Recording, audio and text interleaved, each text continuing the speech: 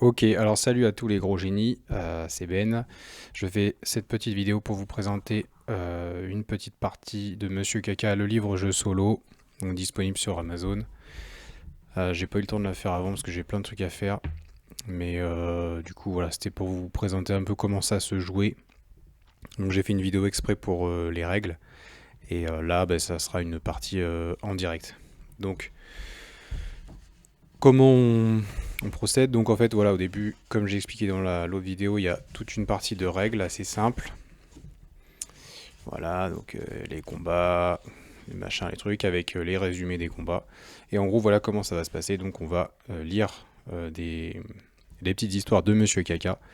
Et ensuite, à chaque chapitre, à la fin de chaque chapitre, il va y avoir une bagarre qu'on va livrer directement sur le plateau de jeu.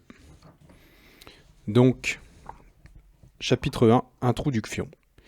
Il était une fois un personnage qui s'appelait Monsieur Caca. Il était petit et vilain, et il rêvait de se marier avec un chien.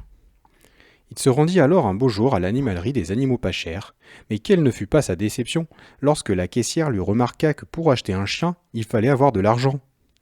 Heureusement, le chasseur Jean-Marie Cassoulot qui se trouvait là proposait à Monsieur Caca un travail contre rémunération. Faire son chien pour l'aider à chasser les canards du parc Gros Boule. Monsieur Caca accepta, ne connaissant pas d'autre moyen de gagner des sous.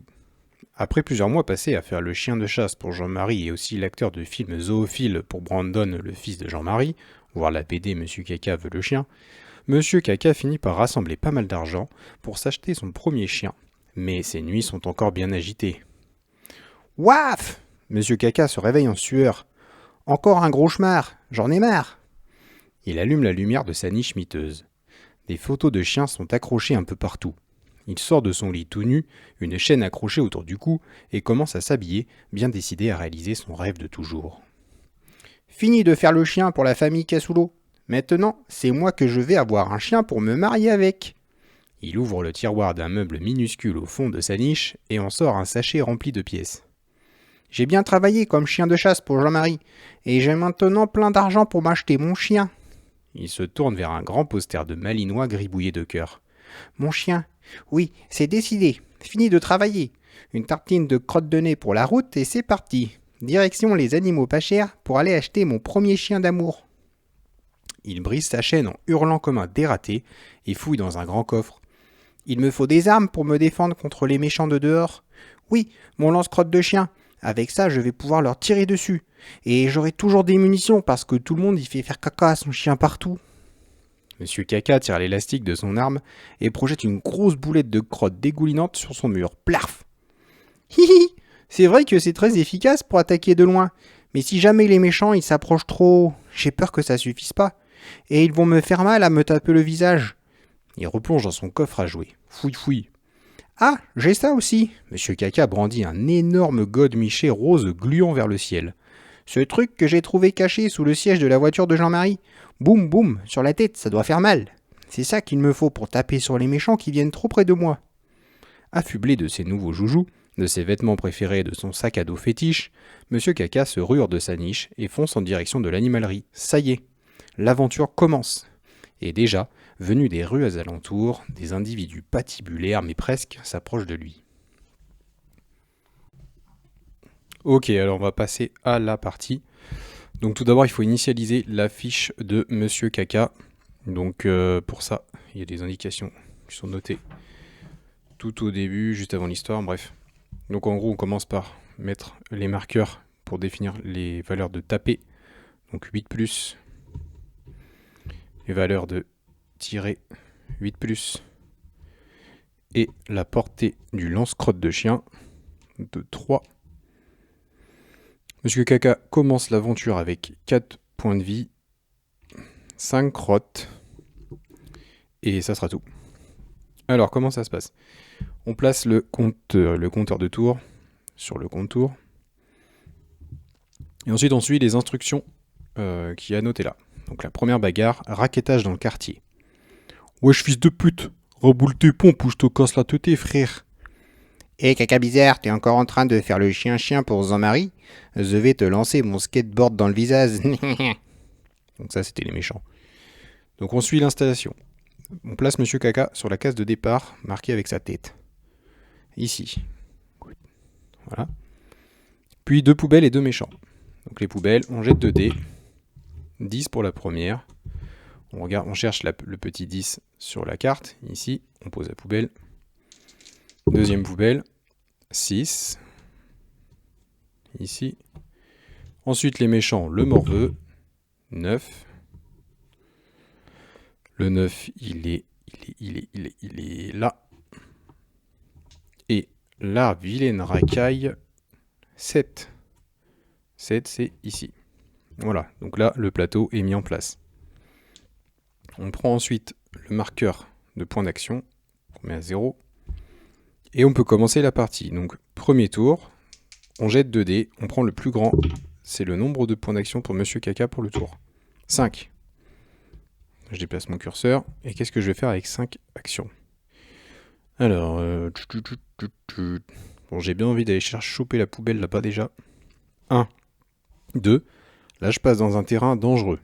Ils sont marqués de rouge. Je jette un dé. Si je fais un 1, je perds un point de vie comme un con. C'est bon.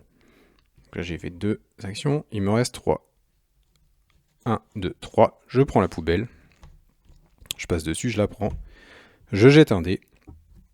Et je regarde ce qu'il y a noté là dans la fouille des poubelles. 2. Oh, une crotte. Je gagne une crotte.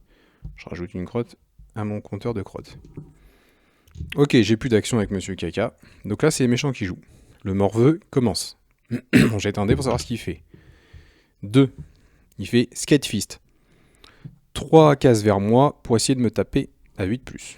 Donc 1, 2, 3. Il n'est pas à portée, il fait rien de plus. La racaille. 5. Insultage. 2 cases vers moi pour essayer de me tirer à 2 cases. 1, 2. Non, il peut pas. Il fait rien de plus. On passe au tour 2. Clac. Point d'action. 5. Alors, qu'est-ce que je vais faire? Il se rapproche dangereusement. Je vais commencer par balancer des crottes de chien dans le visage de la racaille. Il faut que je me mette à portée, à 3 cases de portée. Je fais 1. Et ensuite, je tire. 1, 2, 3, c'est bon. Je jette 2 dés. Il faut que j'obtienne un 8 ou plus pour lui faire perdre un point de vie. Yes, 12. Bon. Je tourne son marqueur sur le côté pour marquer qu'il a perdu un point de vie. Les méchants ont 2 points de vie, le nombre de cœurs. Il y en a des fois qui en ont 3. Comme les vilains présidents de la République. Donc voilà, c'est bon. Ensuite, je vais lui... Alors bien sûr, comme j'ai tiré au lance-crotte, à distance, je dépense une crotte. Je rebalance un coup. 7, raté. Allez, encore un autre. 5, encore raté. Bon, là je vais peut-être me calmer, et du coup je vais me rapatrier derrière la maison. Clac. Voilà, j'ai plus de points d'action, c'est au méchant. Toujours pareil, le morveux en premier. 1, Skate Fist. Donc pareil, 1, 2, 3, il se rapproche dangereusement. Et la racaille, vol de chaussures, 1. Donc là, il peut pas passer sur son collègue. Donc en général, c'est noté dans les règles. Les ennemis, ils ont une espèce de logique. Et s'ils peuvent, ils essaient de se mettre à couvert, donc dans les cases jaunes, ou ils essaient de m'encercler. Donc là, il va plutôt essayer de venir par là. Clac. Mais comme c'est là ensuite, vol de chaussures, il fait une attaque au corps à corps, il n'y a personne, donc c'est fini. Ensuite, tour 3. Toujours pareil, les points d'action. Wow, j'en ai 6. Bon, alors là, ce que je vais faire, c'est que je vais attaquer le morveux au corps à corps. Donc je me déplace à portée pour être adjacent à lui. 1, 2. Et ensuite, je le bourrine avec mes dés. Une attaque. 8. C'est bon. Je lui fais perdre un point de vie. Je le rebourrine encore. Bon, raté. Il me reste encore 2 actions. Bon, allez, je le finis. 8, c'est bon. Bon, Croc Godemiché a eu raison de lui. Pan. Il me reste une action. Eh ben, je vais sortir d'ici parce que ça pue le cul quand même. Clac. La racaille fait son action. 3. Vol de chaussures. Et il revient vers moi. Oh, le méchant. Ok. Fin du tour. On avance. Tour 4. Donc là, vous voyez, il y a un petit symbole. Une case orange, un petit symbole, un point d'interrogation. Ça veut dire qu'il va y avoir un événement aléatoire. Donc, on jette un dé tout de suite et on regarde là à quoi ça correspond. 1. Victimisation. Tous les méchants se déplacent d'une case vers toi. Bon, direct. Bon, voilà, ça m'arrange parce que je pourrais le cogner. Mais bon. 4. 4 points d'action. Bon. Là, on va pas trop réfléchir. Je vais lui taper dessus. Avec mon gros godemiché. 2 ratés. Encore une attaque. 9, c'est bon. J'ai fait plus que 8. Il a perdu son deuxième point de vie, donc il est détruit. Hop, je le mets là. Bon, là, pour cette première bataille, elle est assez simple. Il n'y a pas de renfort, parce que des fois, il y a des petits R qui sont écrits. Et dans ce cas-là, ça veut dire qu'il y a des méchants qui sont détruits, qui peuvent revenir en renfort. Donc c'est vraiment embêtant. Mais là, il n'y a pas ça.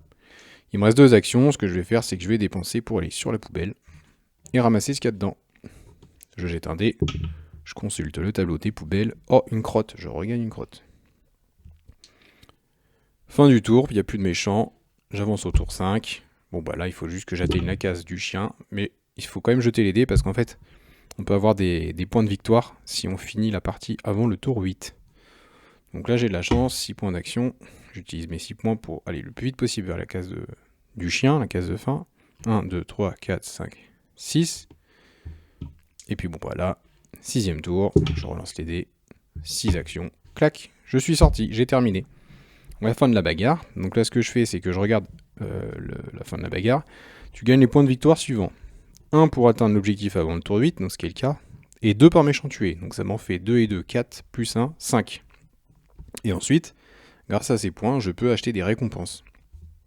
Donc là, j'ai soit une crotte pour 1 point, soit une vie pour 2 points, soit une relance pour 3 points. Donc là, j'ai quand même 5. Donc je vais prendre une relance avec 3. Et une vie avec 2. Hop. Les relances, c'est ça. Je les mets dans mon sac à dos. Ça me permettra de relancer un dé pour les parties d'après. Donc voilà, j'ai terminé la bataille. Donc je propose les pions ici. J'enlève le compteur. Je le remets ici. Et ensuite, je passe à la suite de l'aventure.